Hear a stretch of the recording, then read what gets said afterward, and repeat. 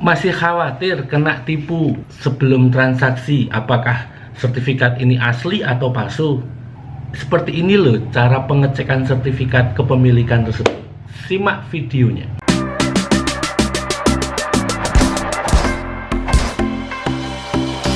Selamat datang di channel Catatan Kaki Adib. Kali ini saya akan melanjutkan pembahasan video awal kemarin tentang poin utama atau poin yang paling viral ketika mau proses transaksi, dan itu ada beberapa poin. Saya sesuai dengan janji yang di video saya akan membahas secara detail. Nah, saat ini saya akan membahas mencoba sesuai dengan pengalaman saya. Sekali lagi, ini sesuai pengalaman saya. Jadi jika saya ada sesuatu yang salah, mohon untuk dikoreksi di kolom komentar. Oke, sebelum berlanjut, silahkan bantu kami atau bantu saya untuk subscribe dulu, like dan share ketika emang ini video ini bermanfaat. Seperti apa sih langkah-langkah untuk pengecekan sertifikat? Efek apa yang terjadi ketika kita tidak melakukan pengecekan sertifikat? Banyak sekali, yaitu rasa ketidakyakinan kita terhadap objek tersebut, rasa ketidakyakinan kita terhadap sertifikat atau legalitas tersebut. Seperti apa untuk menghapus semua ini? Semua ada caranya. Jadi langkah apa aja yang harus kita lakukan? Ada 2 poin atau 2 langkah yang harus kita lakukan. Yang pertama adalah pengurusan sendiri, yang pasti kita akan terlibat langsung pengurusan sendiri. Yang kedua yaitu kita tinggal duduk manis dan kita pasrah sama notaris atau staf notaris ya. Apapun yang pasti kita ke kantor notaris untuk pasrah pengecekan sertifikat tersebut. Alih-alih untuk mengetahui atau untuk pemahaman buat kita semua, buat buyer yang mau beli, buyer pemula atau buat orang yang mau beli dengan masih sangat hati-hati takut ketipu. Ini dia langkah-langkah yang harus kita lakukan sebelum kita melakukan sebuah AJB atau akta jual beli. Jadi seperti apa langkah-langkahnya? Yang pertama, kita datang langsung ke kantor BPN. Kita langsung mendatangi, membawa semua berkas yang ada. Itu yang pertama. Ketika sudah menyampai ke kantor BPN, kita langsung mencari loket untuk pengecekan sertifikat. Tidak akan lama kok. Pengecekan sertifikat itu akan cepat ketika syaratnya semua sudah lengkap. Asumsi pengecekan itu yaitu berdasarkan 1. Peta pendaftaran. Yang kedua, daftar tanah. Yang ketiga, surat ukur. Dan yang keempat adalah buku tanah. Dari poin-poin inilah yang akan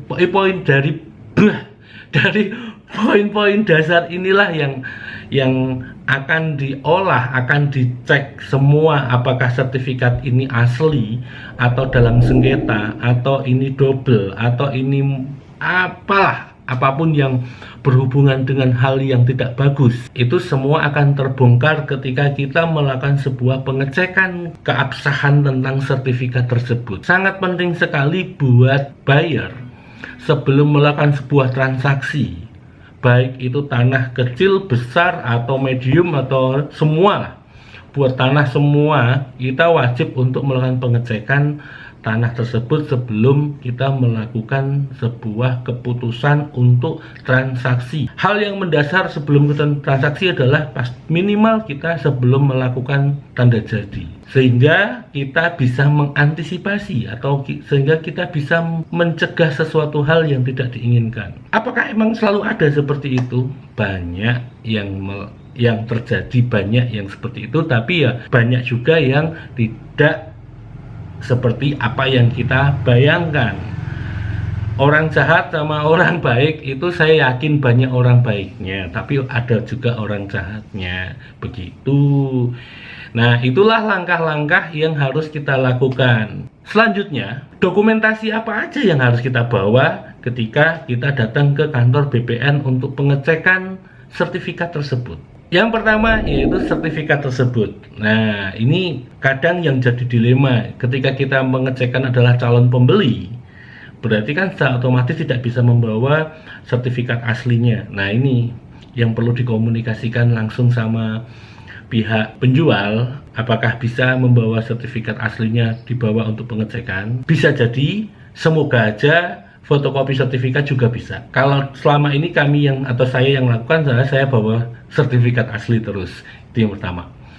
Jadi intinya adalah sertifikat, ini yang pertama. Yang kedua, kita diwajibkan mengisi form yang sudah disediakan oleh kantor BPN untuk pendaftaran tersebut. Kita ngisi form. Yang ketiga, kita pasti membawa identitas ya, identitas pemilik sertifikat. Nah, jadi fotokopi KTP atas nama sertifikat yang akan kita cross check atau kita cek tersebut. Jangan sampai bawa fotokopi orang lain. Terus gimana? Ya kan nggak mungkin, karena antara nama sertifikat sama legalitas atau KTP identitas ya, bukan legalitas tapi identitas harus sama. Jadi kita harus benar-benar membawa surat tersebut. Yang keempat, bukti lunas PBB. Wah, ini penting. Bukti lunas PBB tahun ini, tahun terakhir lah. Saya mengatakan tahun ini berarti tahun terakhir lah ya maksudnya. Jadi kita membawa bukti PBB lunas. Jangan sampai ketika kita mau pengecekan ternyata PBB-nya belum dibayar. Pasti akan jadi permasalahan. Itu sudah pasti karena sistemnya seperti itu. Nah, itu harus dilengkapi semua. Terakhir, yaitu biaya sertifikat. Kalau dulu, semoga sebelum berubah, saya untuk pengecekan itu 50.000. Semoga karena ini akhir-akhir ini saya belum melakukan pengecekan kembali, karena selama ini ketika transaksi itu kita sudah saling trust, saling percaya, saling yakin bahwa ini baik-baik aja dan dipasrahkan ke notaris. Sehingga saya sebagai agen properti, sebagai broker properti, saya tidak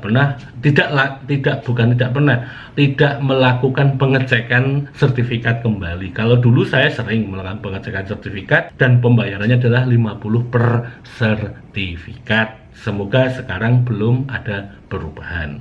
Pengecekan ini tidak membutuhkan waktu terlalu lama. Kita tinggal daftar. Kalau semua sudah terdaftar, kita tunggu aja. Insya Allah sehari 2 hari sudah ada jawabannya. Sudah ada pengumumannya, kita akan dikonfirmasi dari pihak BPN. Disinilah poin-poin pentingnya kenapa kita harus melakukan pengecekan sertifikat, yaitu untuk mengantisipasi bahwa sertifikat ini bodong atau tidak. Kita nggak mungkin dong membeli sesuatu yang bodong, dan kita nggak mungkin membeli sesuatu barang ternyata sudah diblokir sertifikatnya, kan kita nggak bisa balik nama.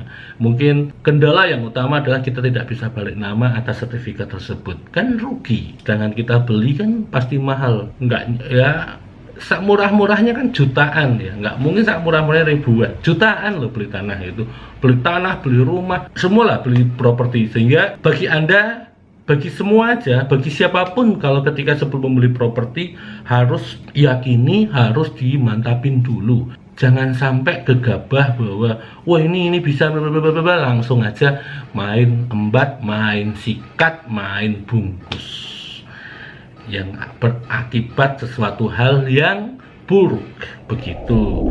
Nah, ada juga kemudahan pengecekan sertifikat melalui aplikasi APP, namanya adalah Sentuh Tanah. Di sini saya tidak akan membahas itu karena Bapak Ibu atau Mas Mbak silakan bisa buka saja langsung di Google Sentuh Tanah, prosesnya seperti apa aplikasinya.